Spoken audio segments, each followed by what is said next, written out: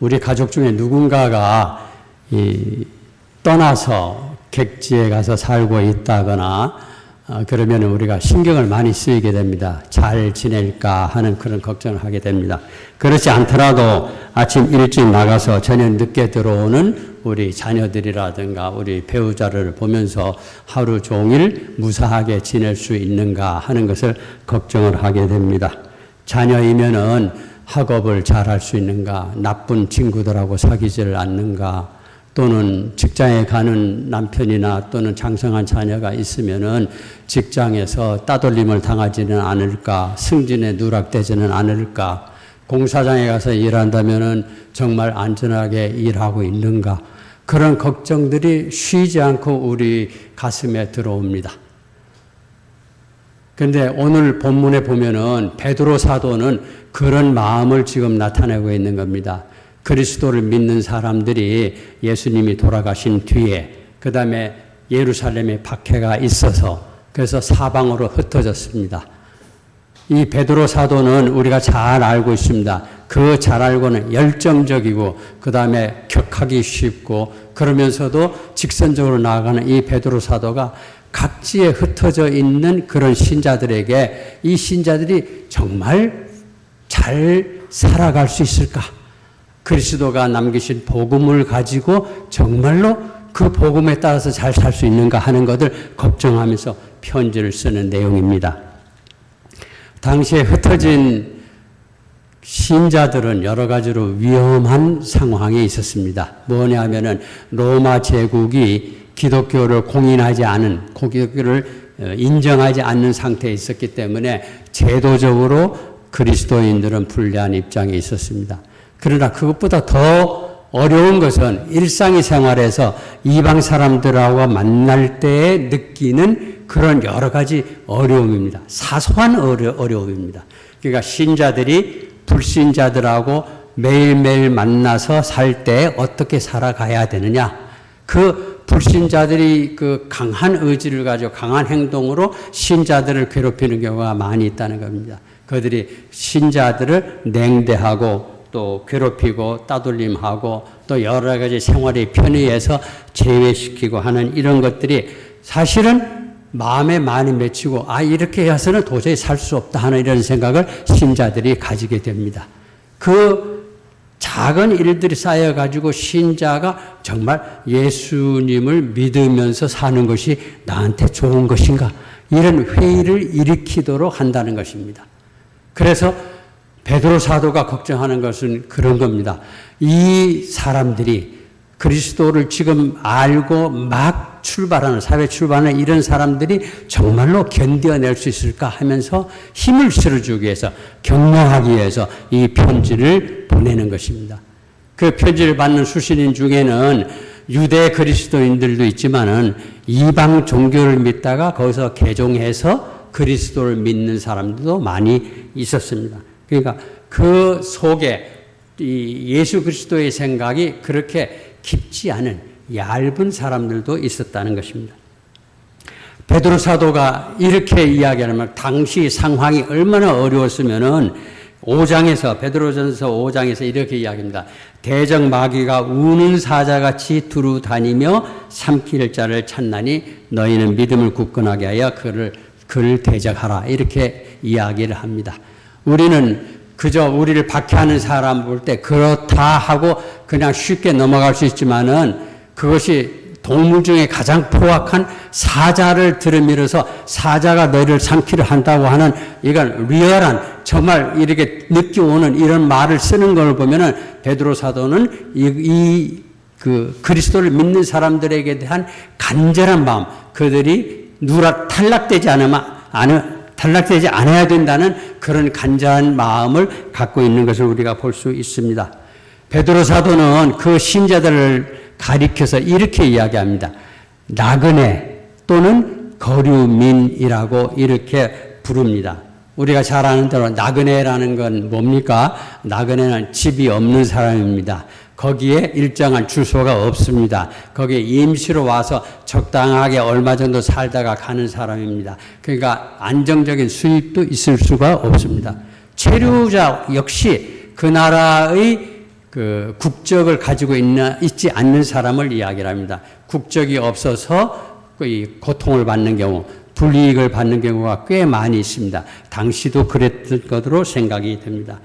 그런 사람, 그리스도를 믿는 사람은 거류자다 또는 체류자다, 나그네다 뭐 이렇게 이제 부르고 있습니다.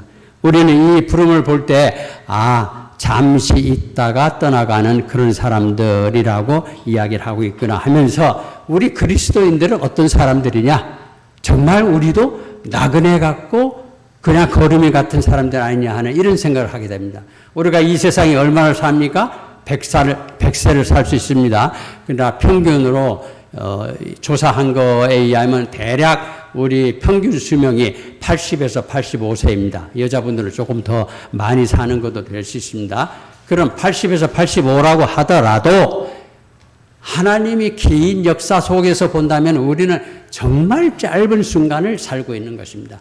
이 짧은 순간을 살고 있는 나그네 같은 우리들은 어떻게 살아야 될 것이냐 하는 것을 지금 베드로 사도는 이야기하고 있습니다. 베드로 사도뿐만 아니라 바울 사도도 그랬죠. 우리의 시민권은 하늘에 있다.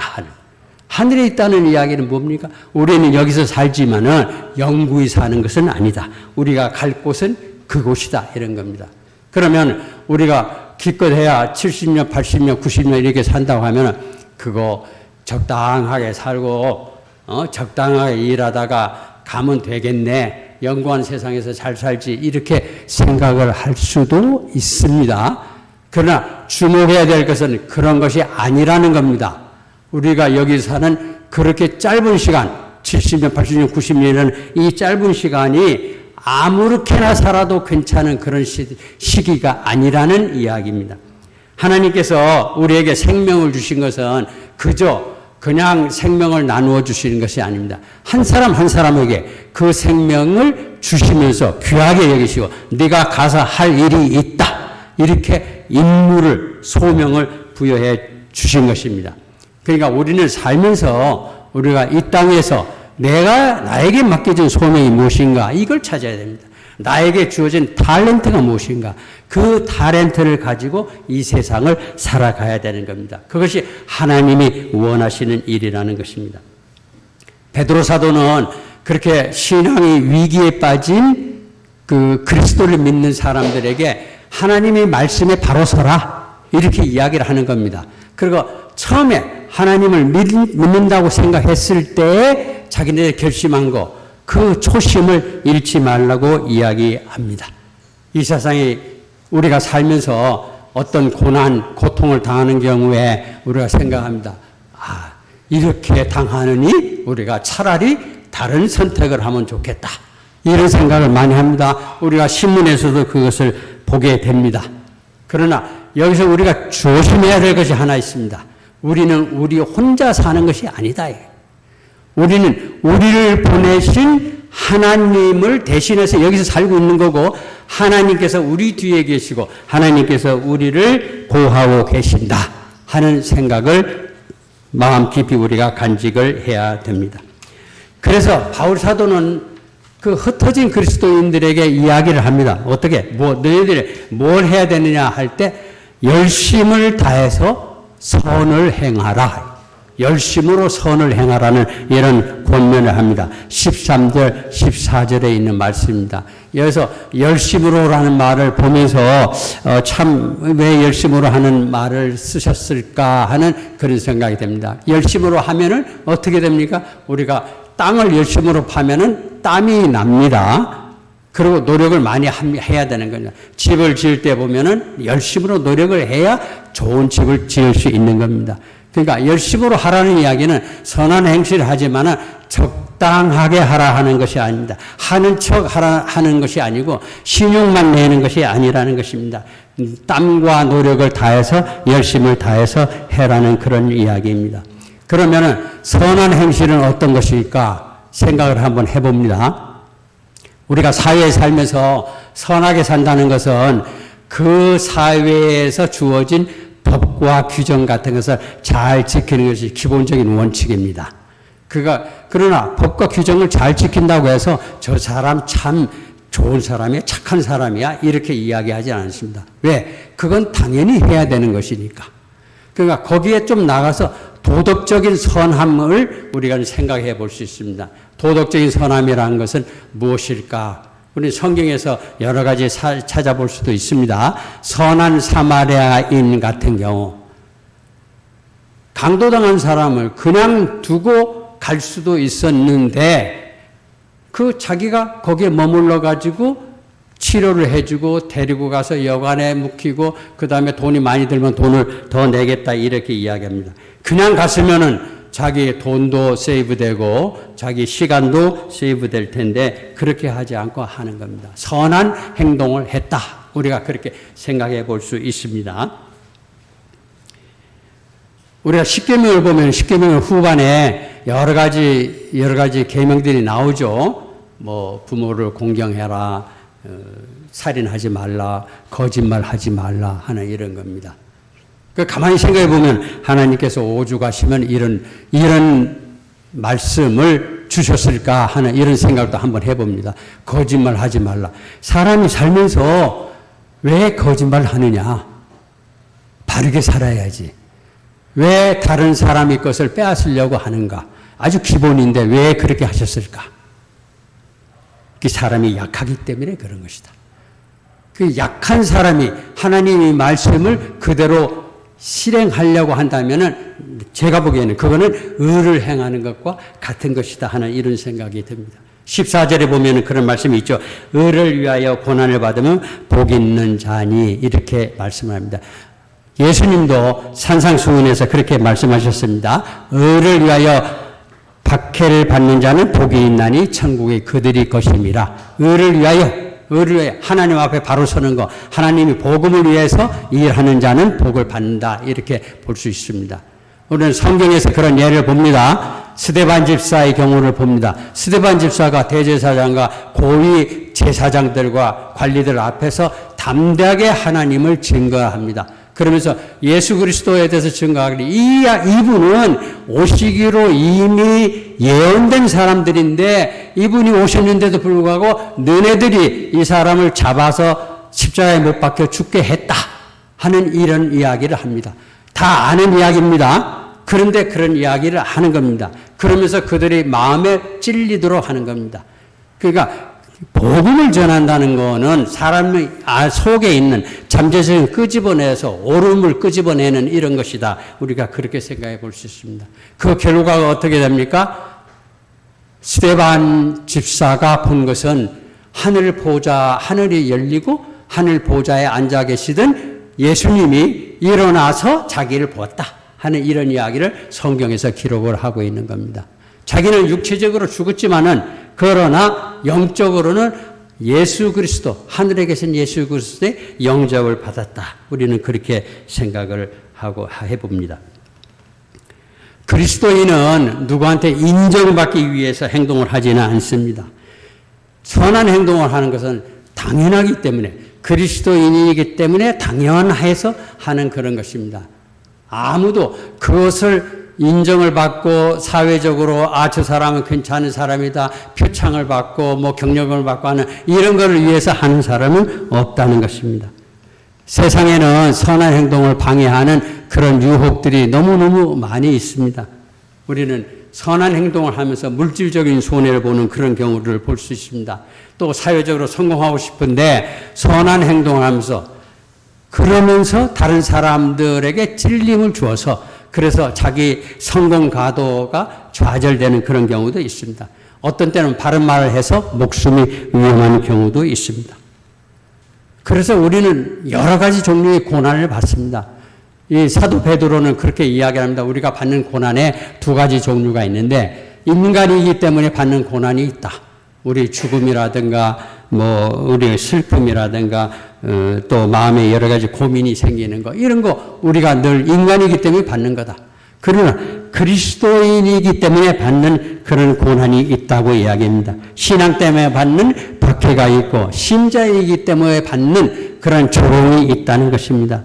그리스도인으로서 참되게 살아가기 위해서 훈련을 받아야 되고 노력을 많이 해야 되고 땀을 흘려야 됩니다. 그런 간에 극한까지 훈련을 하게 되면 우리는 거기서 고난이라는 것도 보게 됩니다. 그러나 우리가 생각해 봐야 될 것은 그리스도를 위해서 받는 고난은 사실은 우리한테는 큰 축복을 준다 하는 것입니다.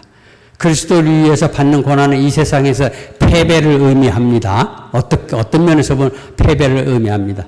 예수님께서 그렇게 이야기하셨죠. 이 세상이 너희를 미워하면은 너희를 미워하는 게 아니라 나를 미워하는 것이다.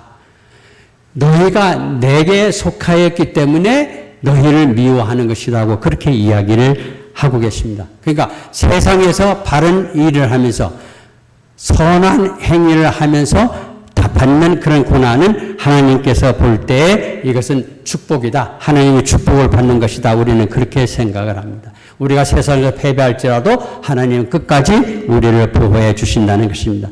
예, 하나님께서 우리 눈물을 닦아주신다는 것입니다.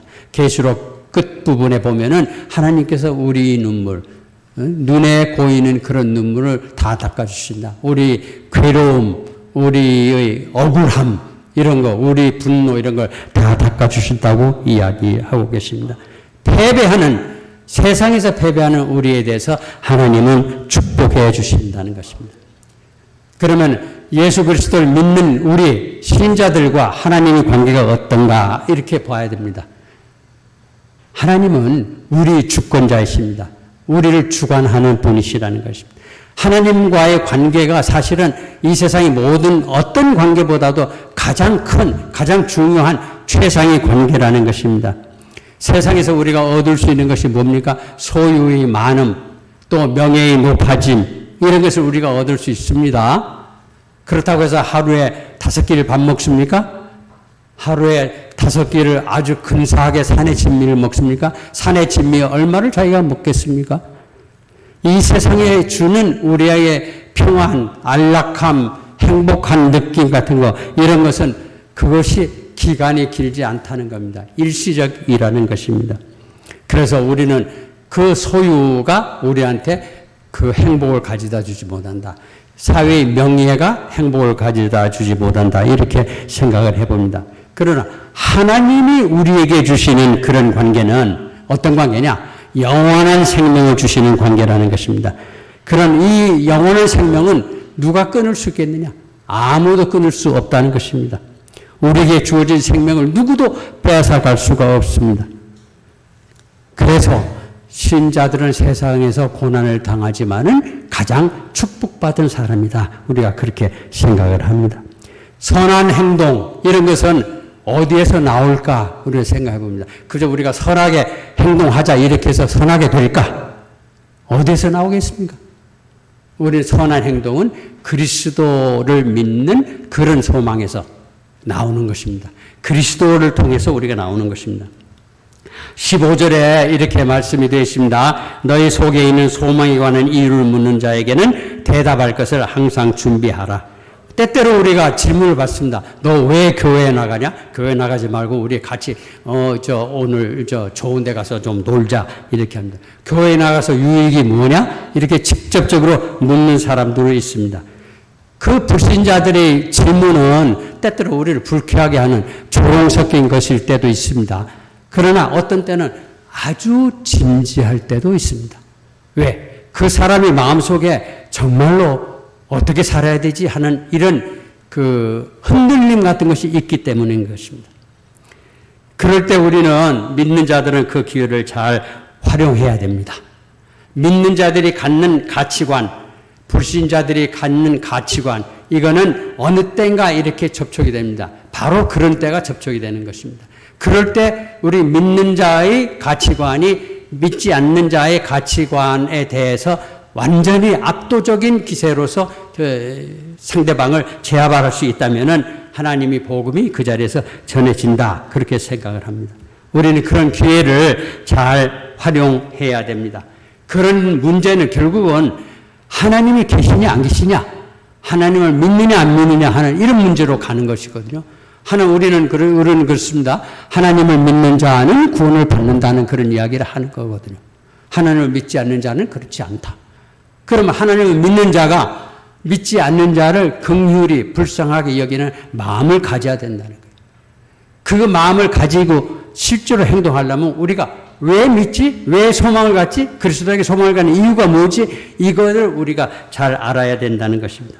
베드로 사도는 그래서 이 신앙의 위기를 느끼는 신자들에게 너네들이 왜 그리스도를 믿어야 되는지, 왜 그리스도 안에 소망이 있는지에 대해서 이야기를 하는 것입니다.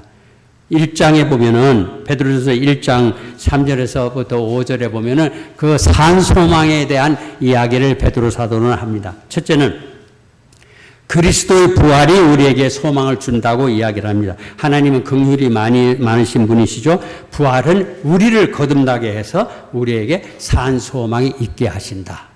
두 번째로는 하늘의 유업을 하나님께서 우리에게 주신다는 것입니다. 우리를 위해서 하늘에 간직해 두셨다는 것입니다. 하나님이 갖고 있는 모든 자산과 능력이 다 우리가 쓸 수 있는 것으로 예정해 두셨다는 것입니다. 이 유업은 어느 누구도 파괴할 수도 없고 더럽게 만들 수도 없고 그 유업 자체가 쇠하지도 않는다는 것입니다.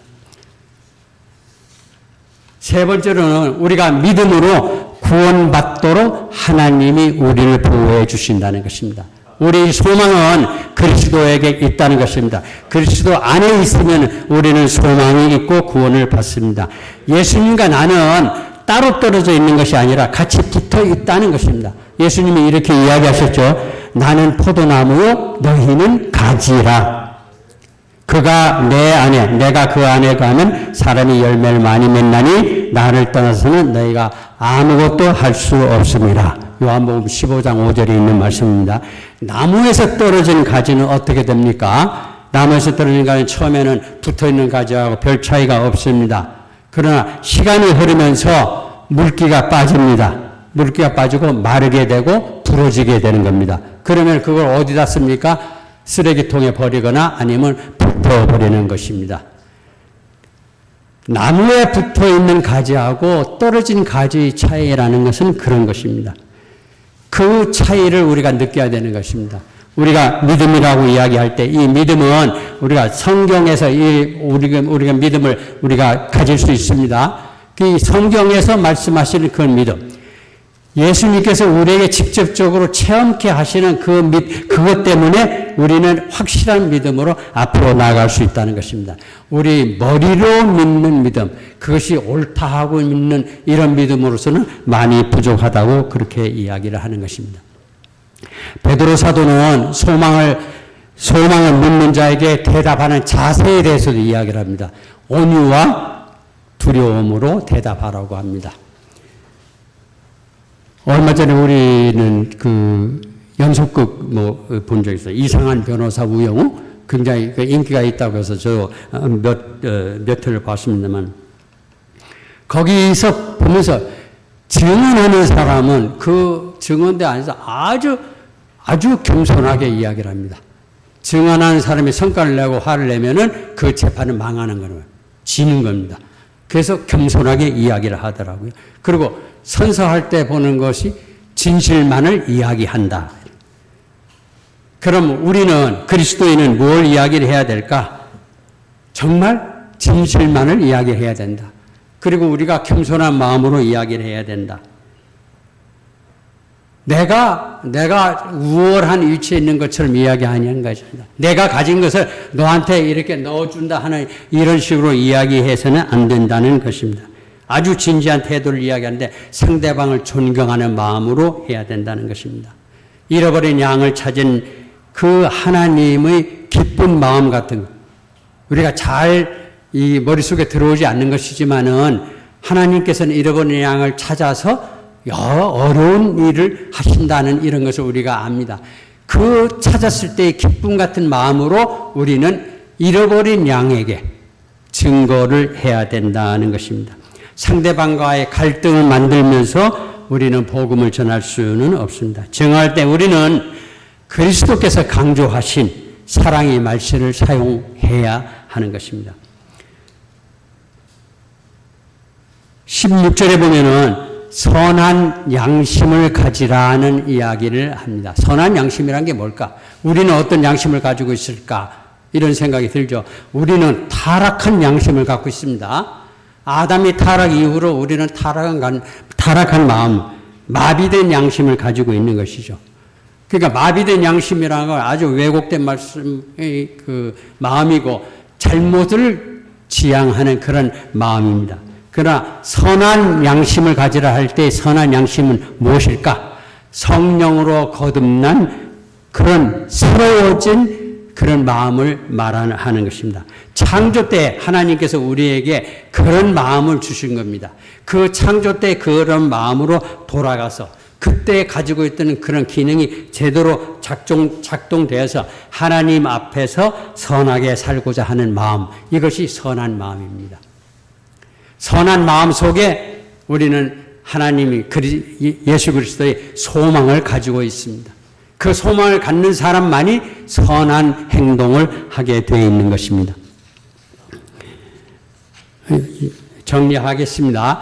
하나님의 언약은 변하지 않습니다. 하나님께서 말씀하신 것은 전혀 세월이 흘러도 변하지 않습니다. 그래서 우리는 하나님의 말씀을 그대로 듣습니다. 하나님은 끝까지 마지막까지 말씀하신 것을 이루어 주신다. 이렇게 우리가 생각을 합니다. 이 세상에 많은 유혹이라든가 대가가 있지만은 그런 것하고 하나님께서 우리에게 주시는 그런 은혜하고는 비교할 수 없다는 것을 우리가 생각을 해야 됩니다.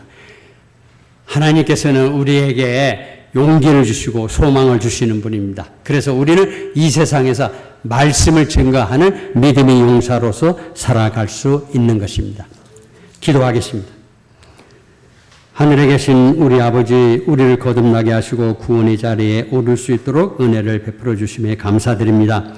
주님이 주시는 거룩한 소망을 갖게 하셨으니 주님이 이끄시는 목적지까지 변함없이 주님을 따라갈 수 있는 담대함과 인내심 그리고 믿음을 허락하여 주옵소서. 우리를 거듭나게 하신 성령님께서 아직도 하나님을 모르는 이웃에게 그리스도 안에 있는 소망을 전파할 수 있도록 우리를 인도하여 주옵소서. 이 땅에서 신자된 도리를 다하며 하나님을 기쁘시게 하는 우리 모두가 되게 하여 주옵소서. 예수 그리스도의 이름으로 기도드립니다. 아멘. 예, 봉헌송을 중고등부에서 하겠습니다.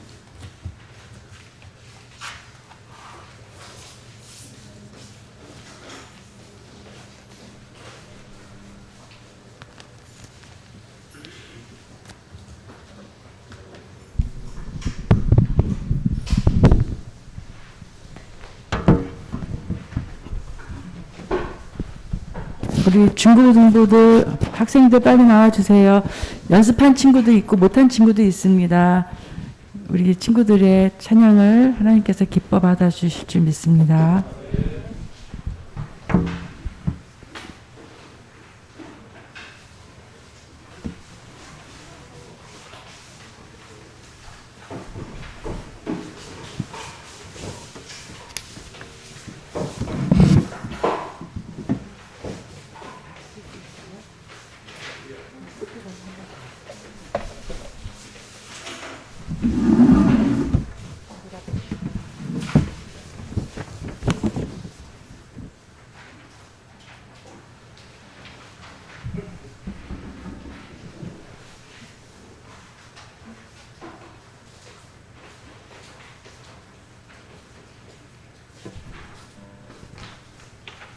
일절로 두 번 하고 시나리오를 마지막 후렴 두 번 해주세요.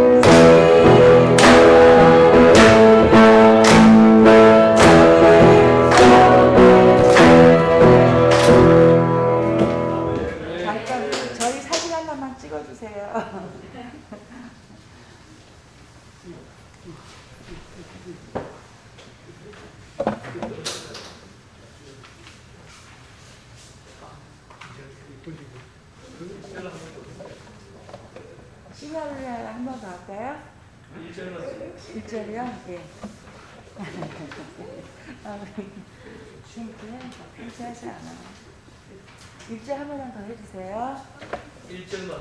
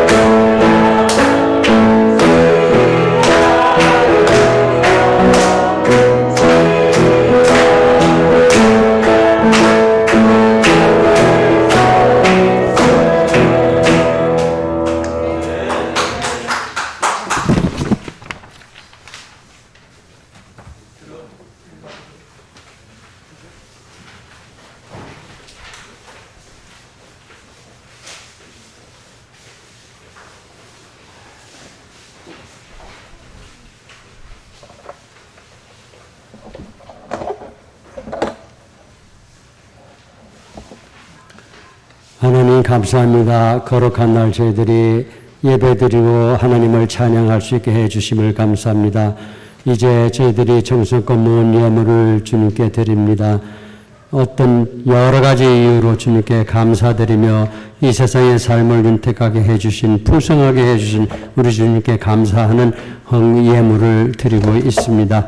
하나님 드린 손길마다 주님께서 같이 해주시고, 그 아픈 마음이 있으면, 상한 마음이 있으면 주님께서 만져주시고 회복하게 해주시고, 하나님 그 길이 앞으로 뻗어나갈 수 있는 그런 믿음과 용기, 현명함을 허락하여 주시옵소서.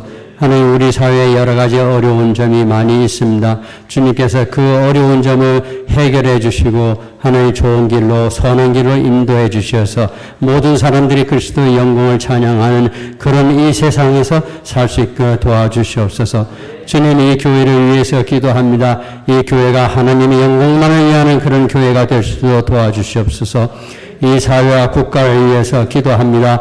이 사회가 정말 정직과 겸손과 성실로서 살아가는 사람들이 축복받는 그런 사회가 될 수 있도록 해 주시옵소서.